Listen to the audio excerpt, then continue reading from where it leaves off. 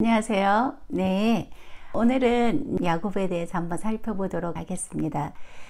정말 파란만장했었던 야곱의 삶, 그 인생이 얼마나 고달팠으면 바로 앞에 섰을 때, 내가 내 연수는 130밖에 안 됐지만은 정말 험악한 세상을 살았습니다. 어떠한 삶을 살았길래 그런 자기의 삶이 험악했다라고 이야기를 했을까?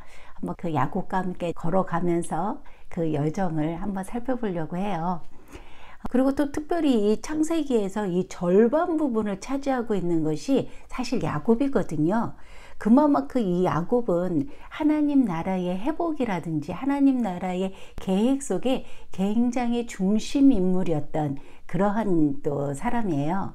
그리고 또 이스라엘의 12지파의 아비가 되는 핵심 인물인 거죠.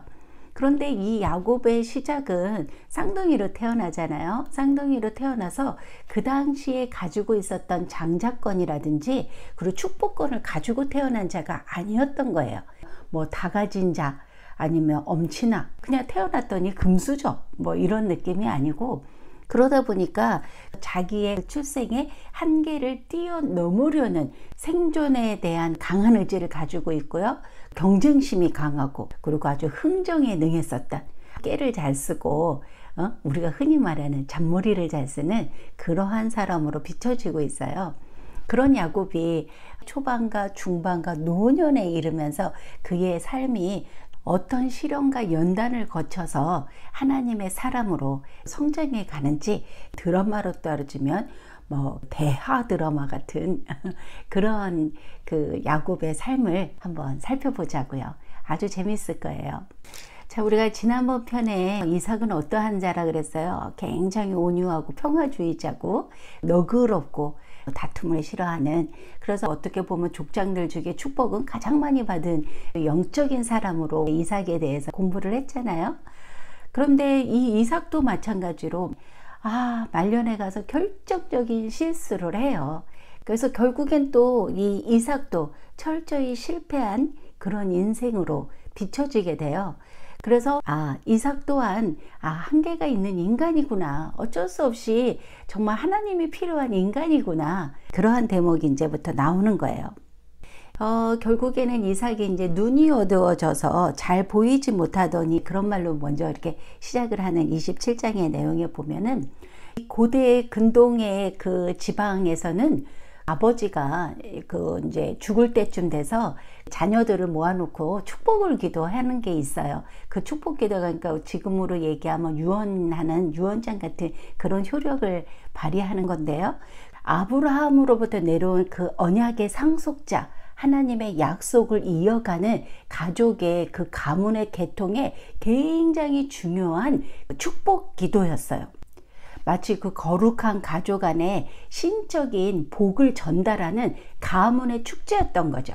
그러니까 이 아버지가 내가 그 축복 기도를 한다 그렇게 이야기를 할 때는 가족의 모든 사람들을 다 모아서 자녀들을 다 앉혀놓고 그리고 맛있는 거를 먹으면서 축복 기도를 하나하나 받는 거예요. 그러니까 이때의 그 아버지의 축복 기도라는 것은 굉장히 중요한 의미를 가지고 있는 가족 축제죠, 한마디로. 그런데 여기서 참 의미심장한 얘기를 하고 있잖아요. 지금 이삭은 마무리 유언장과 같은 그 축복 기도를 하려고 하는 가족 전체의 잔치를 베푸는 그런 상황에서 지금 에서만을 따로 불러서 이야기를 하는 거예요. 어떻게 보면 야곱이나 그 아내 리브가도 부르지 않고 몰래 은밀하게 지금 얘기하는 것과 같은 내용인 거예요. 맏아들 에서를 불러서 하는 말이요. 내가 이제 늙어서 어느 날 죽게 될지 알지 못한다. 내가 너에게 축복 기도를 해주기를 원한다. 그러니까 넌 내가 좋아하는 거 평소에 즐겨 먹었었던 그 사냥고기 있잖아. 잡아갖고 와서 아주 맛있는 별미를 가지고 와라. 그럼 내가 너에게 아주 한껏 축복해 줄게. 어떻게 보면 지금 에서만을 불러다 놓고 에서에게만 이야기를 하는 거예요. 이런 걸로 이제 비추해서 본다 그러면 평소에 이삭이 에서의 사냥고기를 굉장히 좋아했었다, 즐겼었다, 이런 것을 느낄 수가 있는 거예요. 그러니까 저번에도 말씀드렸지만 이삭은 특별히 에서를 사랑했다 그랬잖아요. 그런데 뒤에 이런 내용들로 봐서는 에서를 왜 사랑했느냐? 에서가 잡아온 그 사냥고기를 좋아했었던 거예요. 그러다 보니까 이제 나이가 들어가면서요, 눈은 어두워졌는데 입맛은 살아있는 거예요. 그래서 계속 에서에게 얘기하는 거죠. 별미를 만들어 와. 내가 그 별미를 먹고 너에게 축복을 해줄게. 그 맛있는 내가 좋아하는 별미 하면서 자꾸 그 이야기를 이렇게 한다라는 것은 벌써 이삭이 노년의 식탐, 유욕에 빠졌었다라는 것을 보여주는 대목이라는 거예요. 왜 은밀히 얘기를 했느냐? 이삭이 분명히 아내 리브가가 임신했을 때 태몽으로 하나님이 계시해 주시잖아요. 큰 자가 작은 자를 섬길 것이다. 사실 이때부터 리브가는 작은 자가 하나님의 축복을 받은 하나님의 계통을 이을 아이구나 라는 것을 생각을 했을 거예요. 그래서 장막에 야곱을 두고 계속적으로 가르쳤었던 거죠. 그 당시에 이 장막이라고 하는 것은 어머니가 주도권을 쥔 그 영역으로서요. 근데 그 장막에서는 무엇을 가르쳤느냐면, 물론 음식뿐만이 아니라 그 조상들의 내려오던 구전, 지혜, 전승 이런 것들을 가르치는 그런 그 공간이었거든요. 그러니까 리브가는 야곱을 데리고 계속 그런 것들을 가르쳐 왔었던 거고, 에서는 들사람이라 그랬잖아요. 장막에 구할 시간이 없었던 거예요. 계속 들러 나가서 제멋대로 살았었다. 그런 내용을 지금 하려고 하는 거예요. 왜냐하면 그랬기 때문에 에서가 그 장자권을 쉽게 받다는 거죠. 그리고 또 이때는 아이들이 그 에서나 야곱이 자라오는 15세까지는 그 할아버지 아브라함이 같이 살았어요. 왜냐하면 아브라함이 175세에 죽었다 그랬잖아요. 그리고 이삭은 100세에 낳았죠. 그런데 그 이삭 나이 60에 아이들 쌍둥이를 낳았거든요. 그러니까 15년 동안은 그 할아버지 아브라함하고 같이 살았던 거예요. 아브라함은 죽기 전에 쌍둥이들에게 하나님께서 자기에게 베푸신 그 은혜와 언약과 약속들에 대해서 얼마나 많이 이야기를 했겠어요. 그것으로 보아 야곱은 그 엄마와 할아버지로부터 들었었던 그 하나님의 약속을 믿고 믿음으로 살았었다는 것이고, 에서는 그것을 그냥 한 귀로 듣고 귓등으로 흘렸다는 거죠.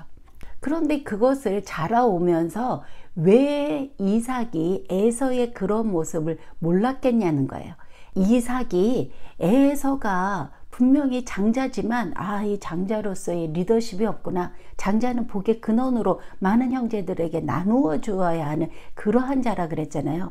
그런데 성품을 보니 야곱보다 에서가 현저히 부족한 거예요. 그런데도 불구하고 지금 어떻게 하려는 거예요? 자기 마지막 유언과 같은 그 축복 기도를 맏아들 에서에게 하겠다는 거예요. 자기가 좋아하는 그 사냥고기를 잡아다 주는 그 아들에게 주고 싶은 거예요. 그래서 몰래 그 가족들의 감시를 피해서 자기 아내인 그 리브가에게도 말하지 아니하고, 그리고 지금 이야기를 하는 거예요. 왜냐하면 리브가가 훨씬 더 믿음, 영적인 부분에서 이삭보다 뛰어났다라는 것을 뒤에 구절을 보면서 알 수 있어요. 이삭은 에서를 좋아했고 리브가는 야곱을 좋아했다 그랬잖아요. 근데 에서는 40세에 결혼을 할 때 이방 여인과 결혼해요. 이 얘기는 뭐냐면 자기가 원하는 대로 그냥 결혼을 했다라는 거예요. 근데 이삭은 어떻게 결혼을 했어요? 자기의 아버지 아브라함이 기도를 하면서 그 아버지가 관여하여서 이삭이 그 믿음의 여인을 맞이하는 그런 결혼식을 했잖아요. 그런데 지금 정작 이삭 자기의 아들 에서는 그런 이방 여인하고 결혼을 해도 어떻게 관여할 수가 없었던 거예요. 그것으로만 봐도 이삭의 그 영적인 부분이 에서에게 전달이 안 됐다거나 아니면 그 영향이 없었다는 걸 의미하는 거죠. 그런데 리브가는 내가 이 이방 여인들의 이 며느리들로 내 삶이 참 고달프다, 재미가 없다. 그런데 내 아들 하나 남은 그 야곱까지도 이방 여인에서 그 결혼을 한다 그러면 내 삶이 뭐가 재미가 있겠느냐, 무슨 낙이 있겠냐. 그러니까 우리 고향집으로 보내서 믿음의 여인을 데리고 오도록, 신부감을 취해 오도록 좀 그 야곱을 보내달라, 이렇게 이제 그 이삭을 설득하잖아요. 그런 면으로 보아서도 리브가는 하나님의 언약, 약속을 지키면서 믿음으로 살려 했었던 것이고, 이삭은 풍요롭고 풍족하니까 그냥, 그리고 또 그 자기의 성품이 자체가 열정적으로 따지면서 막 이렇게 하는 거를 싫어하는 거예요. 그냥 뭐 좋은 게 좋은 거고, 에서가 그런 결혼을 한다 해도 뭐 너가 좋다면, 이삭의 그런 태도 때문에 그렇게 자식이 갈리게 되어지는 그러한 일을 겪었다는 거죠.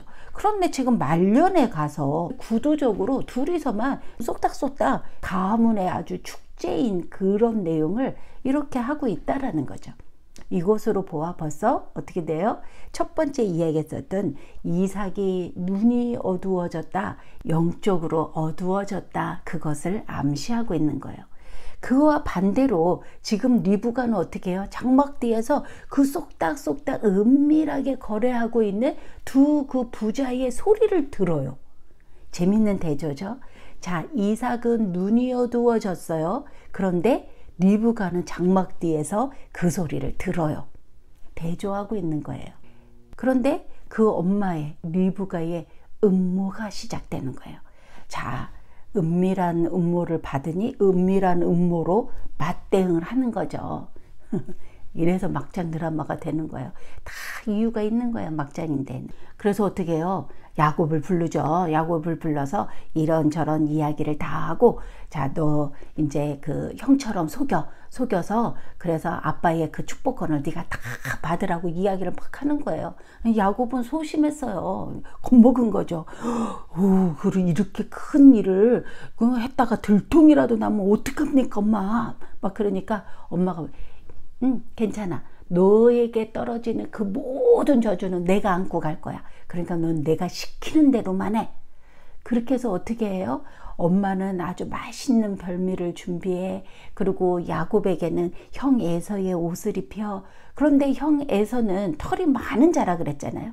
그러니까 이 맨들맨들한 야곱의 이 손에가, 이 목 이런 부분에다가 염소의 털을 가져다가 붙여가지고는 아버지 방에 보내는 거죠. 그리고 이삭은 눈이 어두워졌다 그랬잖아요. 에서인 줄 알고 장자의 축복권을 엄청 그냥 하나도 남김없이 그냥 다 쏟아 붓는 거예요. 누구에게? 야곱에게. 그런데 막 이때 때마침 이제 에서가, 아버지가 장자권을 물려준다고 하니 막 급히 서둘러서 막 사냥을 한 거예요. 사냥을 해서 아빠가 평소에 즐겨 먹는 걸 막 별미를 만들어 가지고 갖고 들어온 거죠. 들어와서는 내가 이 맛있는 고기를 잡았으니 아버지 마음껏 드시고 저를 위해서 마음껏 축복해 주세요. 아버지는 놀라는 거죠. 뭔 소리냐? 뭐 넌 누구냐? 하는 거예요. 아버지의 자초지정적인 이야기를 다 듣고 에서는 그때사 장자권이 뭔지, 축복권이 뭔지, 그리고 야곱이 이거를 뺏기 위해서 자기에게 뭔 짓을 한 건지 그때서 이제 머릿속에 확 지나가는 거죠. 그래서 거기서 그냥 막 아빠 앞에서 난동을 부리면서 막 땡깡을 놓으면서 나에게 조금이라도 남은 축복이 있으면 좀 나에게라도 좀 나누어 달라 막 울부짖죠. 그런데 어떻게 했어요? 야곱에게 다 쏟아 부었거든요. 모든 축복을. 번복할 수 없는 거예요. 그 당시에 그 족장의 기도라는 것이. 그러니까 그때서 이삭이 깨닫는 거예요. 이게 내가 그 감추려고 해서 감춰지는 것도 아니고 나의 계획대로 한다고 해서 되는 것도 아니구나. 결국에는 하나님께서 맨 처음에 이야기하신 작은 자가 될 것이라는 그것이 되는 거구나. 결국엔 야곱이었구나 라는 것을 깨달아요. 뒤늦게 깨달아요. 그러면서 오히려 그 에서에게 어떤 기도를 해줘요? 내 주소는 땅의 기름짐에서 멀고 내리는 하늘 이슬에서 멀 것이며 너는 칼을 믿고 생활하겠고 내 아우를 섬길 것이며 내가 매임을 벗을 때에는 그 명예는 내 목에서 떨쳐버리라. 오히려 아주 암울한 미래를 내다보면서 예언적 계시를 하는 거예요. 자, 이제 그래서 그 에서가 이제 다 알게 됐잖아요. 그 야곱이 자기를 속였다는 걸. 그래서 분을 품면서 내냐 이놈의 시끼를 내가 죽이고 말 거다. 아버지가 돌아가시기만 해봐 그냥 내가 저거 아주 작살을 낼 거야. 그런 얘기를 또 그 엄마가 듣는 거죠. 리브가가. 기가 밝았어요. 그래서 이 엄마가 어떻게 해요? 이거 이제 또 이 아들까지 잡게 생겼구나. 이 하루아침에 이 칼부림 나서 이 두 형제를 다 잃게 생겼다. 그렇게 생각을 해서 이제 떠나 보내야 되겠다 생각을 하는 거죠. 야곱을 불러서 잠시만 그 삼촌네 집에 가 있어. 며칠 날만 가 있으면 그 내가 여기 상황을 보고 너 다시 불러드릴게. 그러면서 이제 야곱을 떠날 이야기를 하잖아요. 그런데 사실 리브가가 이후로 그 사랑한 야곱을 못 봐요. 이게 끝인 거예요. 그리고 며칠 날 있으면 데리고 올게. 이거는 자기 생각이었던 거예요. 삼촌네 가서 20년을 가서 살아요. 이게 리브가는 마지막인 거예요. 근데 리브가의 죽음이 그 뒤에 이야기가 나오지 않고 있어요. 결국엔 리브가는 그렇게 자기가 사랑하는 야곱을 죽을 때까지 보지 못하는 그런 결말이 생기죠. 이거는 뭐냐면요. 아무리 목적이 선하다 할지라도 그 수단이 약하면 좋은 결론을 얻을 수 없다라는 거예요. 하나님께서 그것을 절대 기뻐하시지 않는다라는 거죠. 이게 바로 리브가를 통한 교훈을 이야기하는 거죠. 역대의 조상들의 말년을 보면요. 그들의 그 발목을 붙잡는 내용들이 하나씩 나오죠. 가인에게는 뭐가 있었어요? 이 동생을 시기 질투하는 그 시기 질투 때문에 발목이 잡힌 거죠. 그리고 노아에게 있어서는 포도주 사건 기억나시죠? 포도주가 발목을 잡은 거고요. 그리고 함에게는 추잡함, 그냥 떠벌리고 다녔었던 그 추잡함. 그리고 롯에게는 소돔 땅을 본 그 부, 그 자기 물질에 대한 그 부. 그리고 사라에게는 성급함, 기다리지 못한 성급함. 그리고 오늘 이 이삭에게는 무엇이 발목을 잡은 거예요? 예, 그 입에 감칠맛 도는 사냥고기, 육욕. 이러한 것들이 결국엔 그 조상들의 발목을 잡아서 그들의 말년이 쓸쓸히 퇴장이 되어지는 그러한 일들을 볼 수가 있어요. 여기서 우리도 한번 생각을 해봐야 된다는 거죠. 우리의 발목을 잡고 있는 건 과연 무엇일까? 고민해 보시기 바랍니다. 그래서 이제 28장에 보면 이제 리브가가 야곱을 이제 보낼 그 명분을 찾으면서 야곱까지도 그런 이방 여인을 데려오면 내 삶이 무슨 재미가 있겠느냐고 이렇게 막 이제 설득을 하는 거예요. 남편 이삭을. 이삭이 들어보니 그런 거예요. 그래서 이제 이삭이 야곱을 그 밧단 아람으로 떠나 보내는 거죠. 그러면서 여기에 이제 그 야곱을 축복을 하잖아요. 이때의 축복은 히브리서의 말씀으로 보니까 믿음으로 야곱을 축복을 해요. 그때는 인정을 하는 거예요. 이삭이 정말 야곱이 하나님께서 선택한 그 야곱이구나. 그것을 인정하면서 처음에 그 축복 기도를 했었던 그 부분을 다시 이제 상기시키면서 전심으로 야곱을 축복하면서 떠나보내는 그러한 장면이 나오고요. 이제 에서는 그때서 이제 야곱이 신부감을 데리러 고향집으로 간다라는 이야기로 이제 말미암아서 에서는 나의 결혼이 부모님들에게 기쁨을 주지 못했구나. 그래서 어떻게 해요? 다시 결혼을 하죠. 다시 결혼을 하는데 그 큰아버지, 그러니까 아브라함의 아들, 그 이스마엘의 딸과 결혼하는 그러한 장면이 나와요. 아버지 이삭은 지금 신부감을 찾으라고 야곱을 보내는 그런 거였지만 야곱은 그런 마음이 아니었잖아요. 야곱은 지금 그 형 에서의 그 막 살기 어린 그 분노를 피해서 도피하는 지금 도망의 길을 가고 있는 거거든요. 그러니까 그 마음에 얼마나 그 두렵고 불안하고 그 미래에 대한 불확실한 그 마음이 얼마나 착잡했겠어요. 그리고 사랑하는 그 엄마를 떠나야 되는 자기 가족, 고향을 떠나야 하는 그런 마음으로 지금 야곱은 길을 떠나는 거죠. 도망자의 신세로 브에세바에서 하란으로 가고 있는 그 도중에 두렵고 외롭고 얼마나 쓸쓸하겠어요.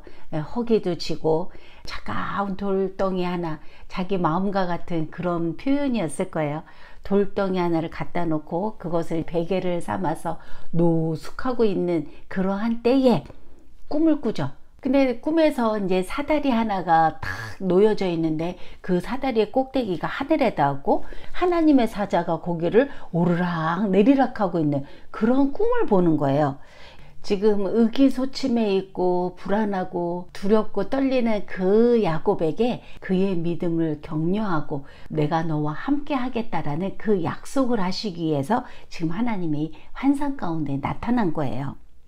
그러면서 그 하나님께서 너의 조부 아브라함의 하나님이요 이삭의 하나님이라 본인이 누구인지를 드러내 보이면서 조상 대대로 내려오는 그 언약의 하나님인 것을 알려주면서 지금 야곱에게 다시 한번 그 언약에 대해서 확증을 시켜주는 그런 대목인 거예요.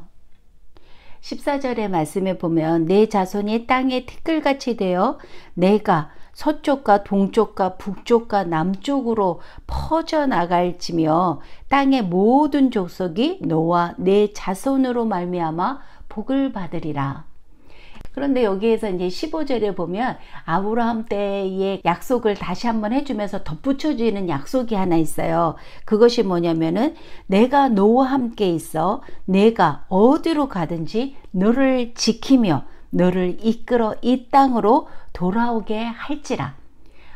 절대적으로 내가 너를 떠나지 않겠다. 내가 너와 항상 함께 하겠다. 동행해 주겠다. 그 약속을 지금 야곱에게 하고 있는 거예요. 그리고 아브라함에게 주었었던 그 약속이 너의 후손으로부터 이어질 거야. 하나님이 인정을 해 주는 거예요. 그러니까 야곱이 이때에 내가 드디어 해냈구나. 정말 하나님께서 나를 인정하시는구나. 그런 생각을 하면서 얼마나 그 마음이 든든했겠어요. 그러니까 바로 그 자리에서 하나님 앞에 제단을 쌓아서 기도를 올리는 거예요. 자기가 뱄었던 그 돌베개를 가져다가 기둥을 삼아서 베델이다. 하나님의 집이다 이렇게 이름을 하면서 거기에 자기의 인생 전체를 걸면서 하나님 앞에 선 기도를 하는 거예요. 선 기도를 하는데 이렇게 기도하죠. 하나님이 나와 함께 계셔서 내가 가는 이 길에서 나를 지키시고 먹을 떡과 입을 옷을 주시어서 내가 평안히 아버지 집으로 돌아가게 하시면 여호와께서 나의 하나님이 될 것입니다. 그러면서 내게 주시는 모든 것의 10분의 1을 내가 하나님께 드리겠나이다. 이런 기도를 하는데 조건적인 기도를 하는 거예요. 조건부적인. 참 야곱답죠. 이 야곱의 이 기도로 봤을 때 야곱의 신앙 수준이 어느 정도인지는 볼 수 있는 거예요. 무슨 족장의 12지파의 리더고 세계 만민을 구원하는 복의 근원인 사람이 쪼잔하게 자기 먹을 것에만 치중을 했어. 출발은 너무나 미약하게 자기의 안위 그리고 자기의 그 생존의 문제가 해결되는 이 부분에만 초점이 맞춰져 있는 아주 그 연약한 믿음의 신앙, 부족한 부분을 나타내 보고 있는 거예요. 하나님이 이렇게 작은 야곱을 어떻게 도우시고 보호하시고 연단하시고 훈련하셔서 그 큰 조상의 족장이 되게 하는지 그 내용들이 쭉 나오는 거예요. 이 부분만을 봐도 참 위로가 되죠.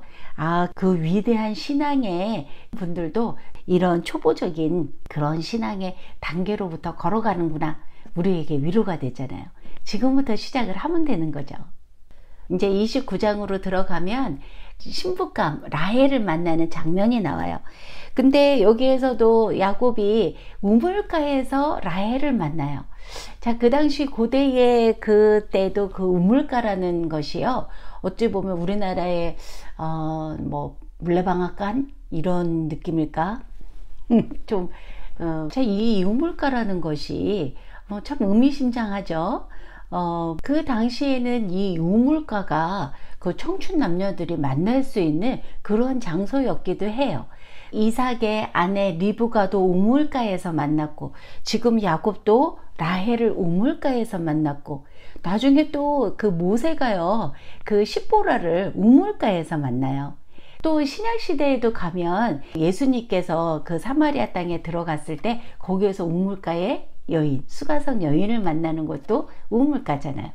그리고 또 바울이 루디아를 만나는 것도 강가였어요. 물과 성령으로 뭐 이런 내용도 있고, 구약에서든 신약에서든 이 물이라고 하는 것은 어떤 굉장히 풍족한 생명력이 넘치는, 활동력 있는, 사람을 살려내는 그러한 표현들로 쓰고 있는 부분인 거예요. 그리고 이제 야곱이 라헬이 자기가 찾고 있었던 엄마의 오빠 라반의 딸이라는 것을 알고 그 라헬을 쫓아서 그 집으로 들어가죠. 들어가서 라반에게 자기가 지금까지 이제 겪었었던 일, 그리고 어떻게 해서 여기까지 왔고 오게 된 목적이 무엇인지를 이야기를 하면서 쫙 이야기 보따리를 풀어놨을 거 아니에요. 그리고 라반으로부터 지극히 환대를 받으면서 그곳에서 생활을 하는, 어떻게 보면 첫 출발이 굉장히 순탄하게 이어지는 그러한 이제 내용들이 나오는 거고요. 그러고 나서 이제 한 달쯤 지나고 있는데 라반이 보니까 야곱이 마음에 들거든요. 그리고 자기에게 시집을 안 간 딸들도 있고 하니까 야곱을 좀 묶어놔야 되겠다 생각을 한 거예요. 그래서 제안을 하는 거예요. 뭐 쉽게 얘기하면 우리 집에 딸이 둘이 있는데 딸들 중에 네가 결혼을 해서 우리 집에 좀 머물러라.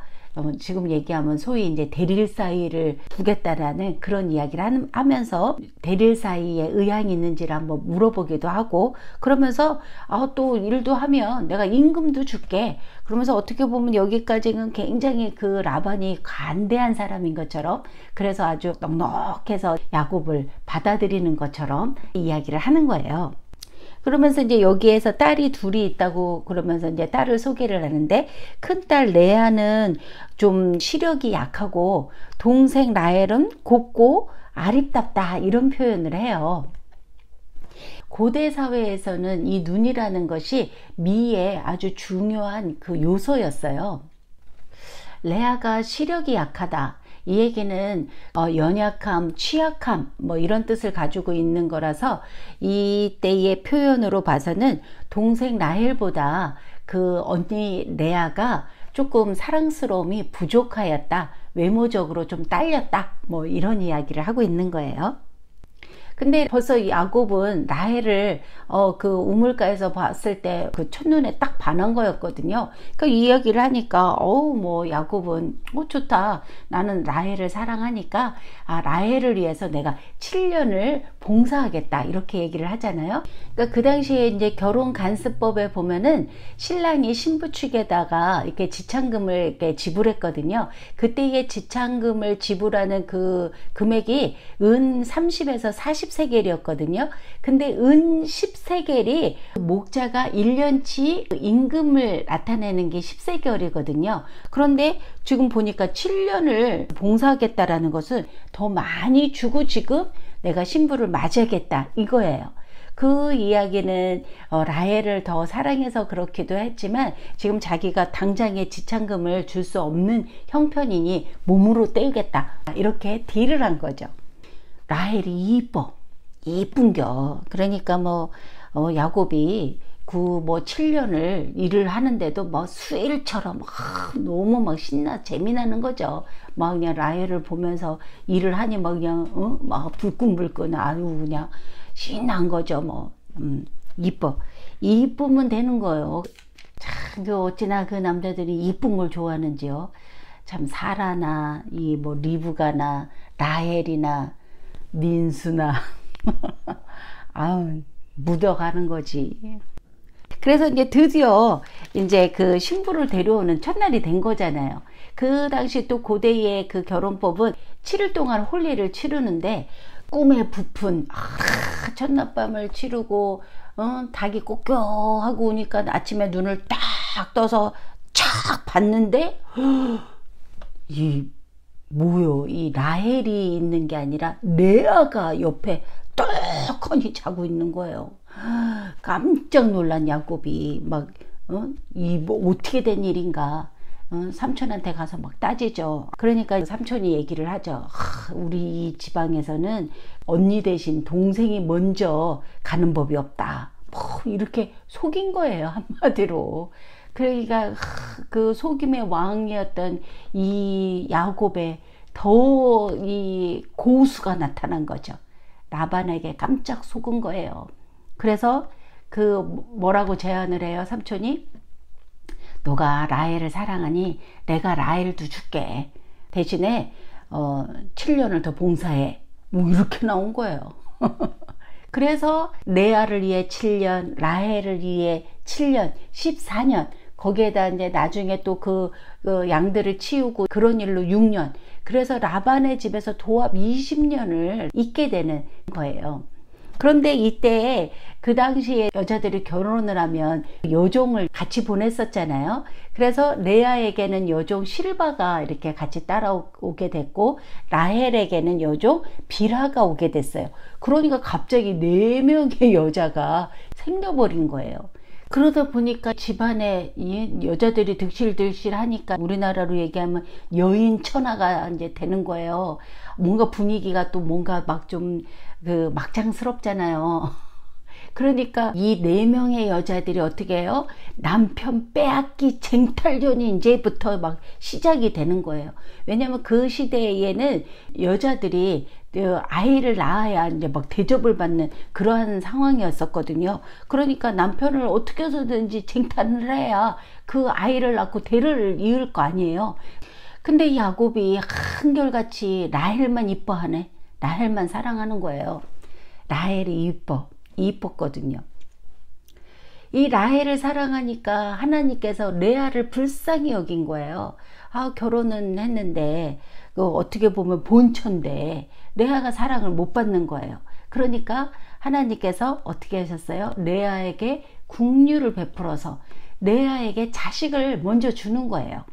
그래서 레아에게는 6명의 아들을 낳고 딸 하나를 낳아요. 이 레아가 남편의 사랑은 많이 못 받았는데 하나님으로부터 이 다산의 축복을 받아서 자녀를 많이 낳는 그러한 여인으로 나오죠. 그러면서 라헬은 또 오랫동안 불임의 상태가 돼요. 자식을 낳지 못해요. 남편의 사랑은 많이 받는데 또 아이는 낳지 못하는 그런 상황이 이어지는 거예요. 아이 낳기 위한 막 쟁탈권 같이 막 이 각축전은 정말 너무나 보기에 안쓰러울 정도로 아이를 낳기 위해 그런 일들이 나오죠.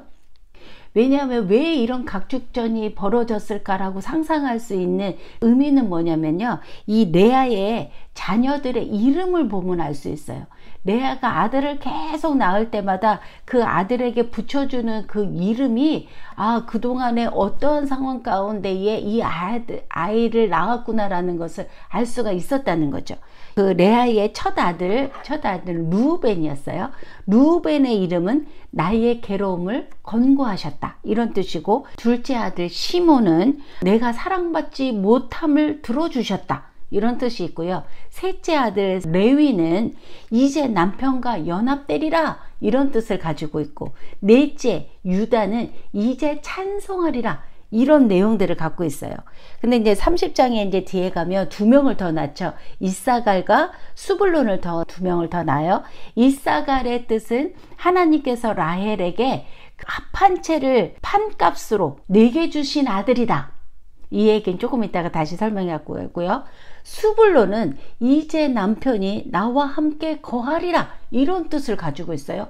레아의 6명의 아들들의 이름을 쭉 보면은 얼마나 그 고되게 이 아이를 낳은 것인가 이런 것들을 알 수 있는 내용이라는 거죠. 이제 30장에 들어가면 라헬이 자기가 이제 언니한테 막 밀리는 거거든요. 이 아이를 못 낳고 막 밀리다 보니까 이 라헬이 막 언니를 시기 질투하는 거예요. 아니 뭐야, 왜 나는 아이가 한 명도 없는데 언니는 저렇게 막 숭풍숭풍 낳는 거야? 그러면서 막 화가 나는 거죠.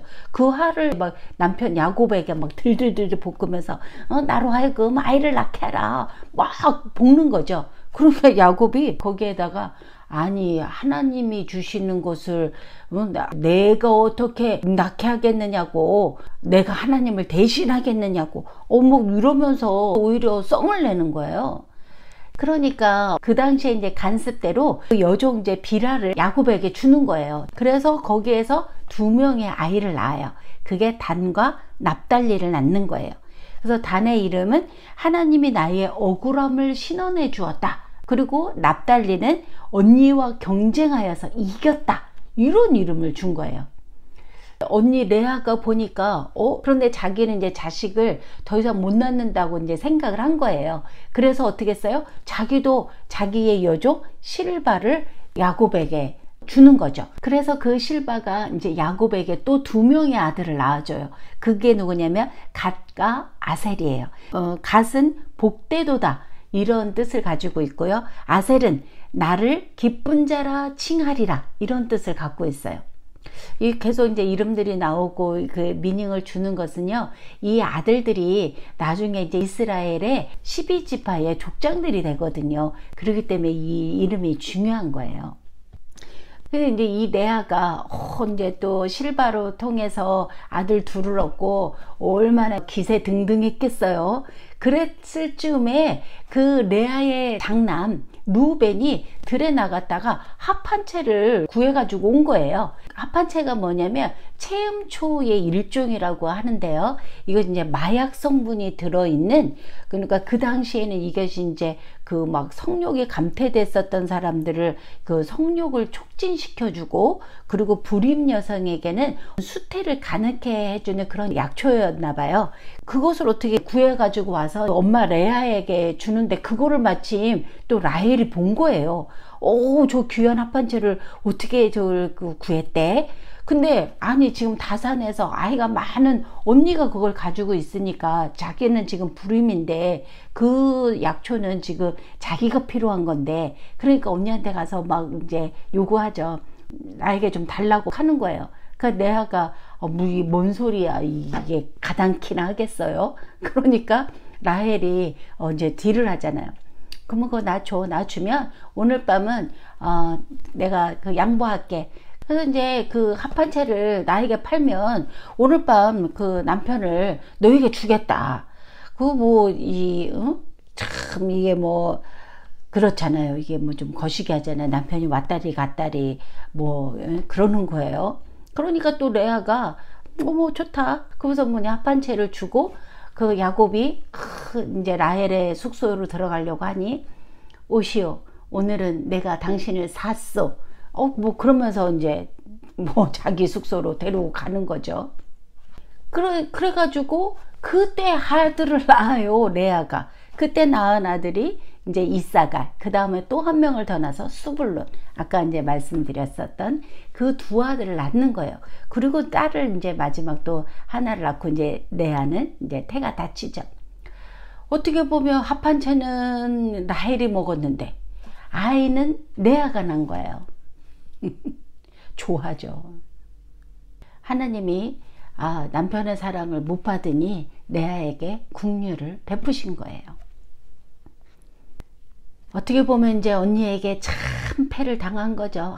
내가 합한채까지도 내가 이렇게 했는데도 결국은 이 언니한테 참패를 당했구나. 그래서 의기소침해서 아주 그냥 또 우울해 있는데 하나님께서 또 그런 라헬에게도 또 나타나시는 거예요. 그런 라헬에게 또 위로하시면서 그 라헬의 소원을 들어주셔요. 그래서 그의 태를 열어줘요. 그래서 드디어 라헬이 그렇게 고대하던 아들을 하나 낳는데, 그 아들이 누구냐면 바로 요셉이에요. 요셉. 그래서 야곱에서 요셉으로 넘어가는 그 요셉을 라헬의 몸에서 태어나요. 그래서 요셉이라는 그 이름은 더함이라는 그런 미닝을 갖고요. 그래서 그 뒤에 이제 아들을 더 하나 낳죠. 베냐민이라고 하는 아들. 근데 이 베냐민을 낳으면서 라헬은 죽죠. 그런 이제 슬픈 얘기가 이제 뒤에 나오고요. 그렇게 해서 이 야곱에게 12명의 아들이 4명의 여인을 통해서 태어나는 거예요. 그래서 그들의 이름을 따서 12지파가 되는 거예요. 그러면 이제 요셉까지 낳았으니까 11명의 아들이 있었던 거잖아요. 요셉을 낳고 나서는 내가 처자식들이 이렇게 많이 있고 나도 이제 독립을 해야 되겠다. 독립을 해서 내 고향 아비의 집으로 돌아가야 되겠다. 그 마음을 품고 이제 라반에게 가서 내가 이제 이렇게 식솔도 많이 생기고 했으니 내가 갈 테니 나에게 그동안에 밀린 그 체불 임금을 좀 주시오 이제 얘기하는 거예요. 근데 이제 뒤에 내용으로 봐서는 이 라반이 계속 주겠다 하면서 임금을 띄어먹은 거예요. 그 임금을 10번씩이나 띄어먹으면서 자꾸 이제 거짓말을 하고 사기를 쳐왔던 거예요. 그러면서 노동 착취를 해왔던 거죠. 그래서 자기 재산은 막 불려가고 소유는 엄청 많아졌는데 이 야곱에게는 정작 그 제대로 된 임금을 주지 않았던 거예요. 지금 라반은 계속 속이면서 말을 안 듣는 거예요. 그러니까 야곱이 깨를 또 쓰는 거죠. 술수를 또 써서 이 세금을 일시불로 받아내야 되겠다 해서 이제 거래 제안을 하죠. 협상을 하는 거예요. 근데 협상을 하는데 양떼나 염소 중에 검고 뭐 하얀 거는 다 삼촌이 가지시고 저는 좀 아롱쥐고 점 있는 거 얼룩덜룩한 무늬 있는 것은 다 제 것으로 하겠습니다. 지금부터 낳는 거에 대해서는 그렇게 합시다 라고 이제 흥정을 했는데 라반이 들어보니 괜찮은 이 제안인 건 거예요. 아니 염소와 양이 검고 그 하얀 것이 많지 알록달록한 것이 나타나기가 희귀한 거 아니에요. 그러니까 라반 생각은 저 바보 아니요 어떻게 저렇게 딜을 해. 속으로는 좋으면서 뭐 그래 그렇게 해라 뭐 네가 원한다면 내가 그렇게 해주겠다. 그렇게 해놓고도 또 마음에 또 어떨까 싶어서 그 중에서도 또 실하고 좋은 것은 자기 아들들에게 다 빼돌리고요. 약한 것들은 그 야곱에게 주면서 거기서 나오는 얼룩진 것들은 너가 가져라. 뭐 이렇게 이제 딜을 하고 협상이 이제 된 거예요. 그런데 여기에서 야곱이 하나님이 주시는 그 지혜로 어떻게 하냐면 식물성 화학 염료를 재료를 만드는 거예요.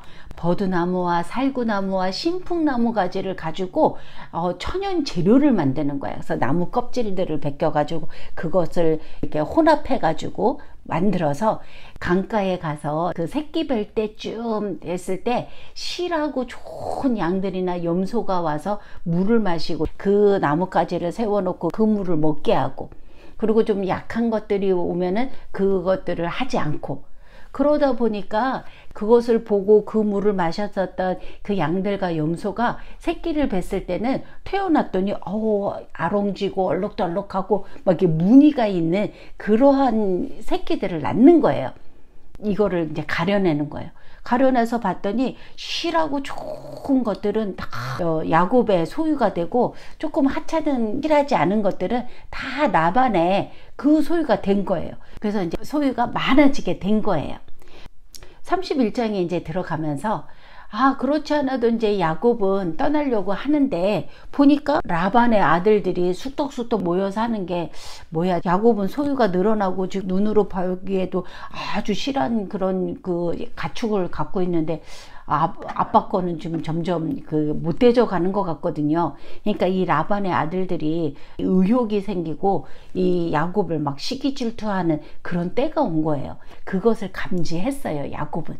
그러던 때에 또 때마침 하나님께서 13절 말씀에 보니까 나는 베델의 하나님이라 지금 일어나 이곳을 떠나서 내 출생지로 돌아가라 하셨느니라. 하나님이 떠나라고 하는, 베델로 가라 하는 명령을 받은 거예요. 몰래 라반에게 알리지 않고 자기의 두 아내에게만 설득을 하니까 두 이제 여인들은 당신 원하는 대로 하시오, 그렇게 합의를 해가지고 삼촌 몰래 그 식소를 두고 다 떠나오는 거예요. 근데 이 떠나올 때 라헬이 자기 아버지의 드라빔을 훔쳐가지고 가요. 그런 내용이 나와요. 이때의 드라빔이라는 것은 뭐냐면요, 그 당시 가정 수호신이고 재물 수호신으로 가정에서 하나씩 가지고 있었던 거예요. 그것이 하나님이 계시해 주시고 하나님의 뜻을 알려준다, 좀 미신적인 그런 것들로 가지고 있는 우상이었던 거예요. 그 나중에 사무엘 때에 와서 사무엘이 각 가정들에 가지고 있는 모든 신상들을 다 제거해 버리라고 할 때 그 내용이 각 가정들마다 이런 그 수호신들을 소장하고 있었던 그런 우상들을 얘기했었던 거예요. 그런 드라빔이에요. 근데 라헬이 왜 이 드라빔을 훔쳐왔느냐? 이 드라빔을 가지고 있는 사람이 그 가정의 모든 권리와 그 가정의 우두머리가 된다라는 그런 표현이었어요. 그러니까 지금 라헬은 이것을 훔쳐와서 자기 남편 야곱이 그 모든 소유와 권리 그리고 가정의 그 우두머리를 시켜야 되겠다, 그런 야망적인 것을 가지고 그 드라빔을 훔쳐서 도망온 거죠. 우상 숭배적인 풍습이었었던 거예요. 근데 이제 들에 나가서 양을 치고 있었던 라반이 3일 만에 야곱이 도망을 갔다는 그 얘기를 들어요. 그리고 7일 동안을 쫓아서 그 형제들과 함께 야곱 있는 곳으로 오죠. 그런데 하나님께서 그 라반의 꿈에 나타나서 24절에 보니까 야곱을 건드리지 말라고, 선악간에 무슨 일이든지 너는 말하지 말라고 하나님이 그 야곱을 보호하시죠. 그러니까 막 분노했었던 라반이 이렇게 좀 풀려가서 누그러진 마음으로 야곱에게 가서 좀 책망조로 얘기를 하는 거죠. 아니, 왜 내 두 딸과 손주들을 이렇게 끌고 갔느냐, 인사도 좀 못하게 하고, 내가 좀 간다 그러면 막 멋있는 우아한 송별회도 해주고 그랬을 텐데, 내가 축복해주면서 너를 보냈을 텐데 왜 이러고 떠났느냐, 뭐 이렇게 야곱을 책망하는 거예요. 그러면서 맨 마지막에 가서, 아니 그런데 왜 내 신은 도둑질을 해갔어? 막 이렇게 얘기해요. 그러니까 어떻게 보면 지금 그 라반이 막 분내어서 쫓아온 가장 큰 이유 중에 뭐였냐면, 자기가 가지고 있던 그 드라빔 신을 훔쳐갔다라는 그것이 지금 드러나는 거예요. 그것 왜 가져갔느냐. 그러니까 야곱은 뭐래, 뭔 소리야, 뭐를 훔쳐갔다는 거야. 그러니까 뭐라 그래요? 뭔지는 모르지만 찾아서 그 가져가시오. 그리고 그걸 가지고 있는 사람은 죽여버려도 됩니다. 야곱은 지금 모르는 상황이니까 그렇게 얘기를 하죠. 그걸 지금 라헬이 갖고 있다라는 거를 야곱은 모르는 거예요. 그런데 아버지 라반이 막 장막마다 들어가서 막 찾고 있는데,